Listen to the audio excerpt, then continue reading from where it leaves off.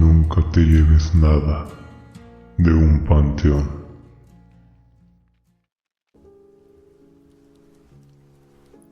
Mi nombre es Adán, y lo que te voy a contar no es algo que me guste recordar, pero si tienes hijos, necesitas escuchar esto, porque hay algo que nadie te dice cuando vas a un panteón, que no todo lo que está ahí se queda ahí. Han pasado ya 3 meses desde que enterramos a mi madre, y un día decidí llevar a mi hijo conmigo a visitarla. No quería ir solo, y él siempre fue muy apegado a su abuela. Llevaba, como siempre, su pequeña bolsita de tela. Ahí guardaba sus juguetes, carritos, figuras, cosas para distraerse. El panteón estaba casi vacío. El viento apenas movía las hojas secas. Y todo tenía ese silencio. Ese tipo de silencio que no te deja pensar. Pero para hacer ameno el ambiente, puse algo de música en la radio que llevaba. Mientras yo limpiaba la tumba, quitando el polvo, acomodando las flores, mi hijo se sentó a unos metros y empezó a jugar. Al principio todo era normal, hasta que noté que mi hijo estaba hablando. Volteé a verlo, pero él estaba viendo hacia un punto entre las tumbas, fijo, como si alguien estuviera ahí. ¿Con quién hablas?, le pregunté. No respondió de inmediato, solo siguió mirando, y luego dijo algo que, hasta día de hoy, me sigue dando escalofríos. Papá, ese señor está triste. Sentí un frío seco recorrerme la espalda. Miré hacia donde él señalaba, pero el panteón estaba solo. Si acaso, a lo lejos había una familia. Se veía que iban llegando. Traían flores. Lo más lógico era pensar que visitaban a un ser querido. Pero lo curioso es que no había ningún señor. Decidí pedirle ayuda a mi hijo. Así podíamos dejar la tumba muy bonita. Y además podía ponerle más atención. Terminaríamos más rápido. Y así fue. Terminamos, recogimos todo, y antes de irnos, vi cómo él estaba terminando de guardar sus juguetes en la bolsa. Pero cuando la levantó, pareció pesarle más de lo normal. Yo supuse que había cargado más juguetes antes de salir y no me había dado cuenta. Qué error no haber prestado más atención, porque esa fue la última vez que todo estuvo en calma. Ese día terminó y llegó la noche. Yo ya estaba dormido, pero me despertó un ruido. No fue fuerte, fue constante, como pasos lentos, arrastrados. Pensé que era mi hijo. Me levanté y caminé por el pasillo. La casa estaba completamente a oscuras, pero ese sonido venía del baño. La puerta estaba entreabierta.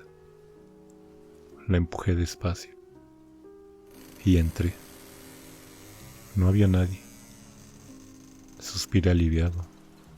Me acerqué al lavabo con intenciones de lavarme la cara. Y cuando levanté mi mirada, ahí, en el espejo, yo no estaba solo. Detrás de mí había un hombre, quieto, inmóvil, observándome. Su piel estaba hundida, oscura, como si se estuviera deshaciendo. Y su sonrisa, esa sonrisa no era humana. Giré de golpe, pero no había nadie. No había nada. Pero el olor a humedad y a podrido se quedó ahí unos segundos más. Pensé lo peor. Corrí al cuarto de mi hijo. Él estaba dormido, pero abrazaba algo.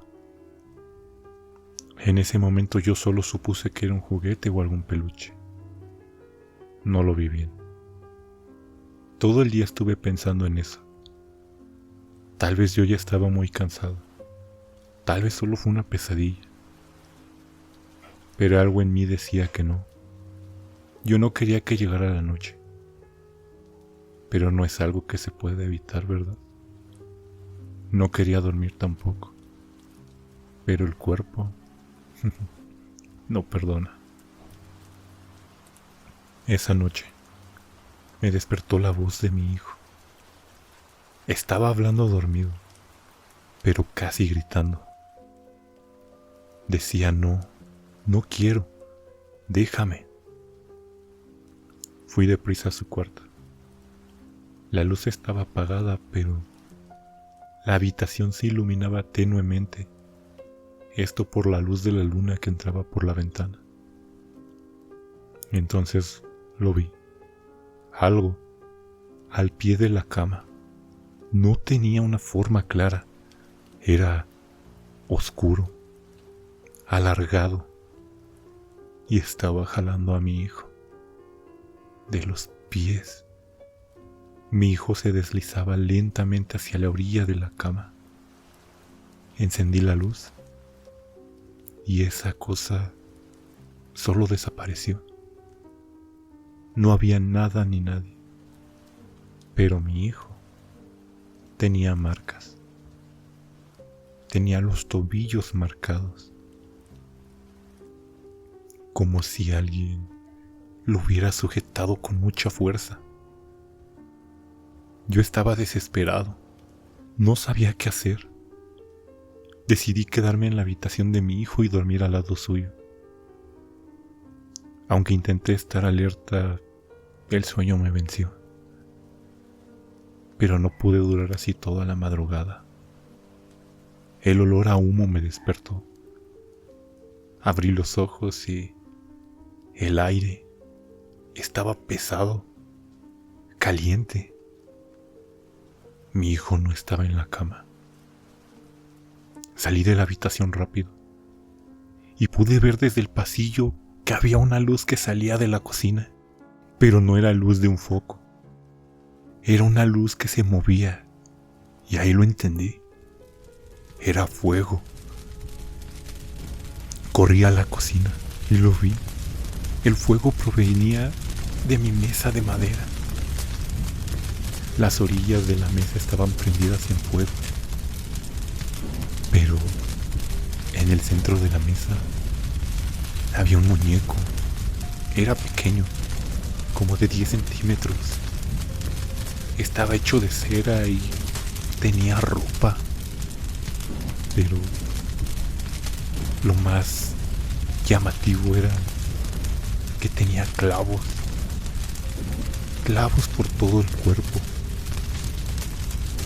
La cera estaba empezando a derretirse y desde dentro salía mucho humo.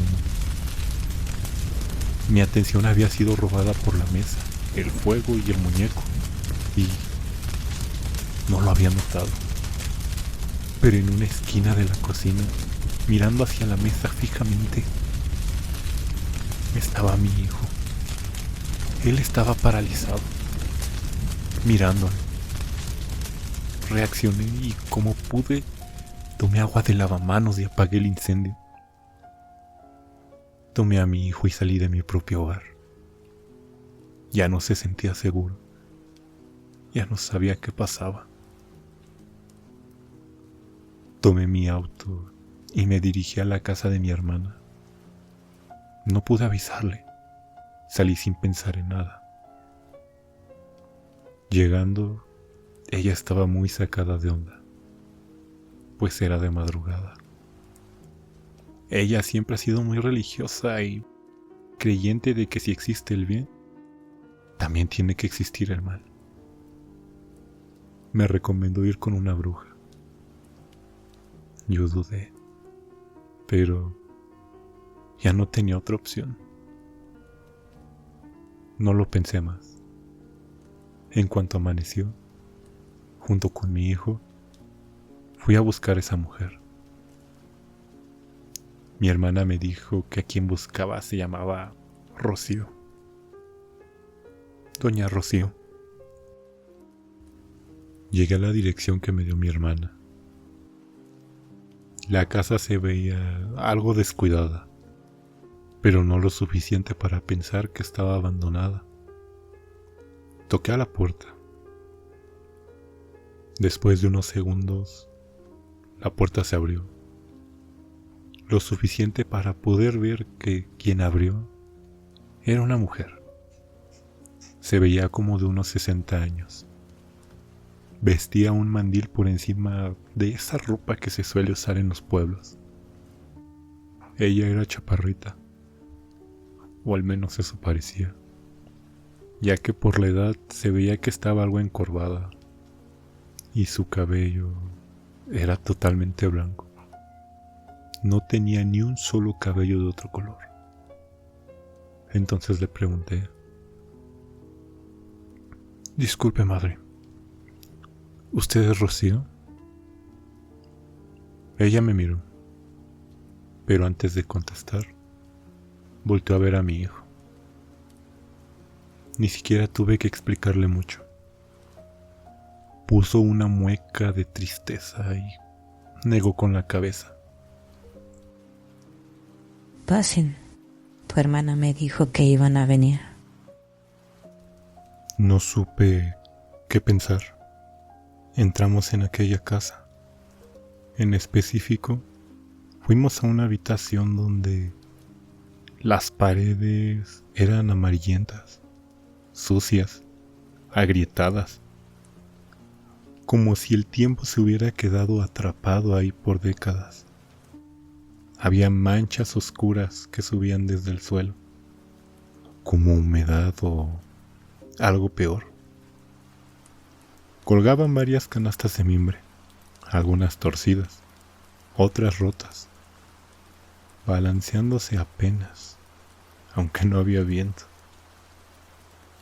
Debajo de ellas, una repisa de madera desgastada sostenía más utensilios viejos, todo cubierto por una capa fina de polvo, excepto algunas cosas, como si algo las hubiera tocado recientemente.